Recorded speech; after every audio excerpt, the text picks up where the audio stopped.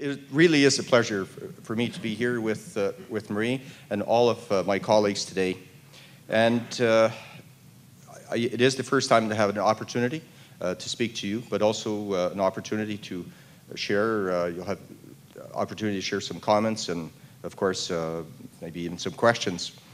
But I do want to take this opportunity to thank the Alberta Senior Citizens Housing Association for everything you do to care for Alberta seniors, in many ways, their families. Your conference theme, Creating Caring Communities, now really speaks to what you do, and what you do very well. Most people can relate to having a family member, a friend, a neighbor that needs specialized care or accommodations in their later years. In my personal experience, when our family has been in that situation, we encountered many wonderful facilities and staff who went above and beyond. And it's clear that most people who choose to work in the seniors living sector are very caring, they're very hardworking, and they're passionate. They're passionate about what they do, and they are dedicated to their clients. And I know it's not an easy job. It's not easy when someone that you've cared for many years may have to leave that particular facility and move to another one, or has passed on. And those are difficult situations for our staff. I know that there are ways that we could do the job better of delivering services. And when I say we, I'm talking all of us in the larger sense of government, communities, everybody involved in the seniors accommodation sector.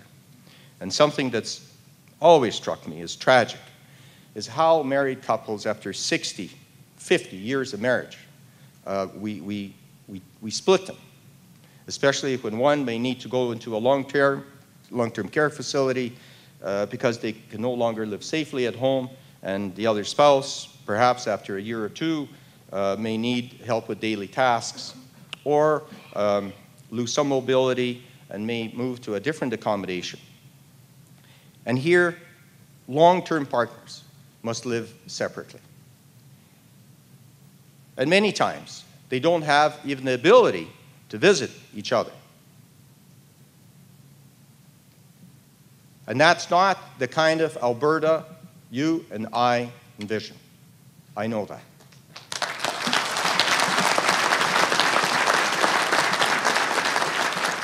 And you know, sometimes in rural communities, like the one I'm from, it can even be worse. And all of us, we have a good representation from rural. We want to have people live the rest of their lives in the communities that they have helped build, with their family, with their friends, and also to get the care that they need. Now, seniors are well cared for today, but I know that we can do better, and we will. And our province, and indeed the whole world, is just beginning to emerge from the shadow of a major economic downturn. And we've seen all kinds of reactions from different governments. But here in Alberta, when the economy started to slow down, there was a sense of, by some, here we go again.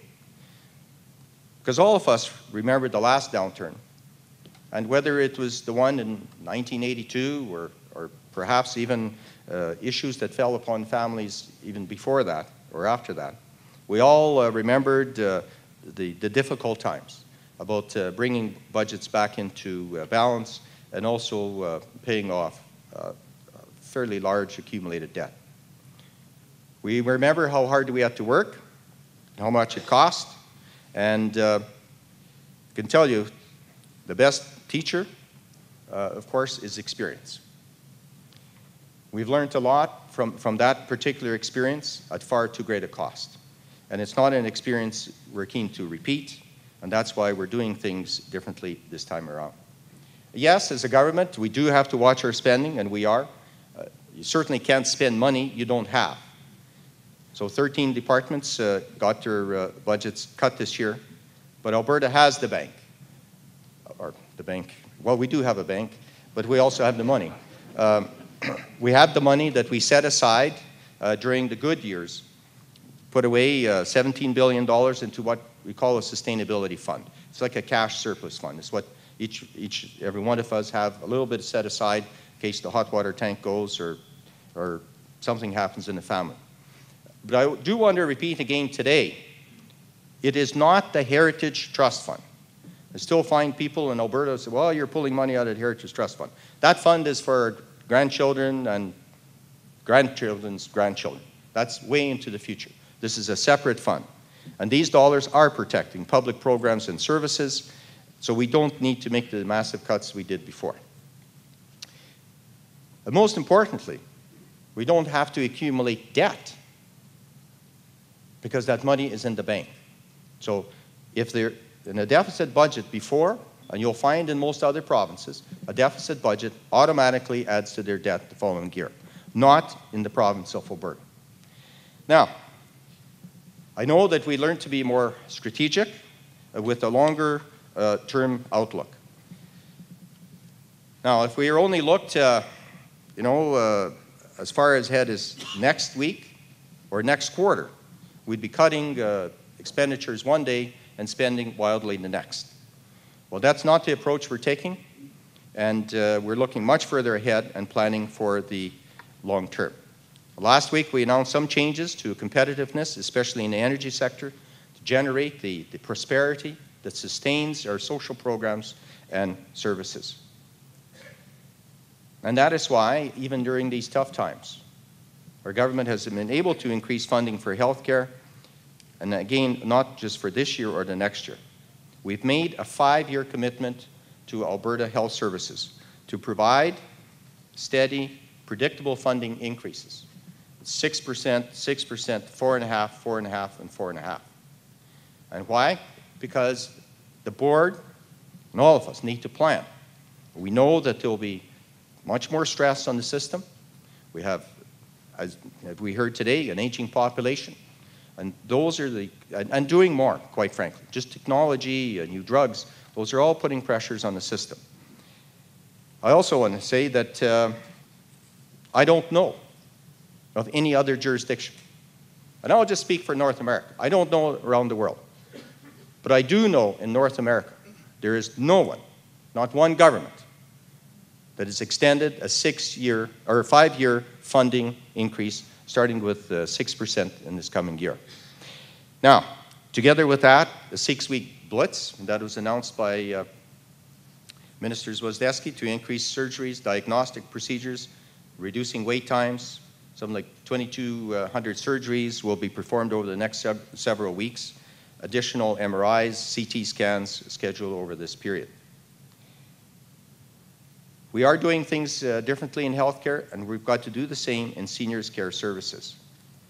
And I spoke earlier about some of the challenges I want to address. Now, we need to provide for seniors to live more safely and comfortably in their own homes if that's where they want to be. Offer them a range of services, a range of options, depending on their needs. Whether that means home care services in a private dwelling, an apartment, or a suite, a supportive living setting, increasing assistance in supporting living, or providing other supports, and this is where we need the feedback, in the communities, either through providing services through the municipal government that the province can fund, or looking at other organizations that might be able to assist seniors in their own community. We recognize that there are many seniors with needs that don't fit. They don't fit in the traditional image that we may have in our minds. Many are lively, they're vibrant people, who participate in their communities. They may reside in an assisted living complex or supporting living facility. So we need to look at how we can bridge between the supportive living and nursing home care and consider how designated assisted living facilities can play a larger, greater role for those who require intensive support and yet still maintain a social environment. And this model has the advantage of preventing seniors from being moved around from one place to another as their needs change. It also allows couples to live together, even in cases where their needs vary greatly. And ladies and gentlemen, I can tell you tonight, as we move in that direction, there will be some pushback because it's a change. And somebody is going to say, well, it might not be as safe. You'll hear that often. And there'll be other issues that are put on the table. But we can only accomplish the goals that we share by working together. And you have our government's commitment to work through these issues and make sure that we are prepared to deal with the ever-growing demand, ensuring that we have the facilities, the living accommodations, and continuing care for our seniors. When you look back, as just yesterday, we heard some comments made by those that are, in the health business. And they told us that a baby born today, that baby's life expectancy is 6 hours more than the baby born yesterday.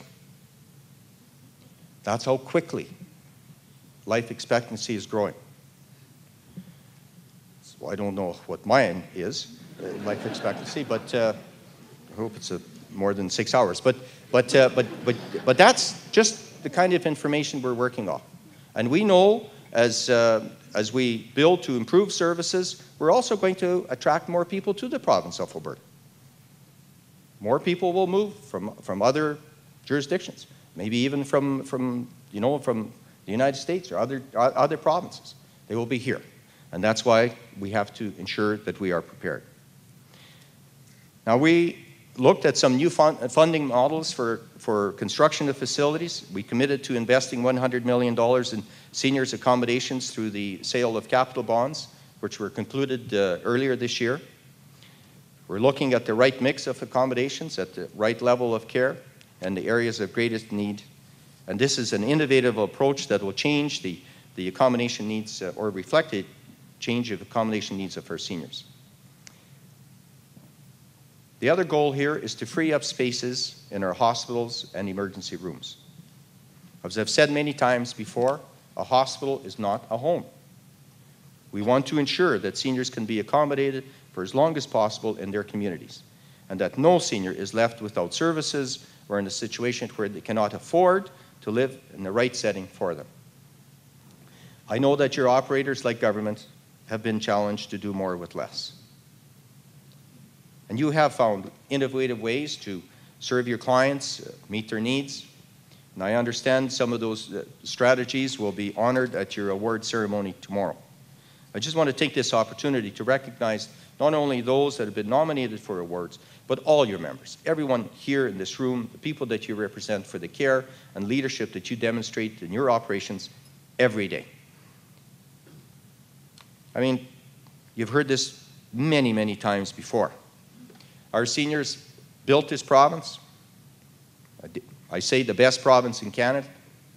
And many, like my grandparents and Lawrence can tell you, he has the same humble roots.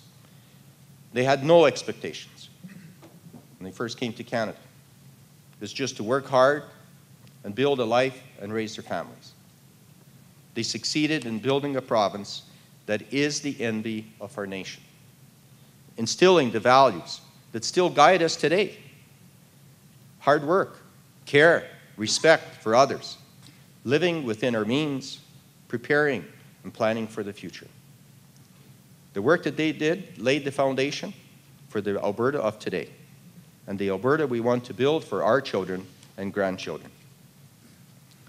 Seniors deserve dignity, they deserve respect. They also deserve the ability to continue to be contributing members of their families and communities in their later years. And providing these things is a partnership, as we heard today, among your members, government, families, communities, and seniors themselves. It is a partnership our government is proud to be a part of, and I know that many of my colleagues, at least three of our ministers, will be speaking to you during the course of the conference about our government's plan for seniors housing in greater detail. And of course, Dave Quest is not only with us this evening, but he'll be spending some time with you over the next few days. And we'll be looking to the feedback and the opportunities and the ability to learn and share what you've told our members. So thanks again for inviting us. We're very, very proud to be here. And thank you also for the wonderful work you do for Alberta seniors. It's appreciated. It's appreciated not only by seniors and their families, but also by government and all Albertans. Thank you so very, very much, and God bless. Thank you.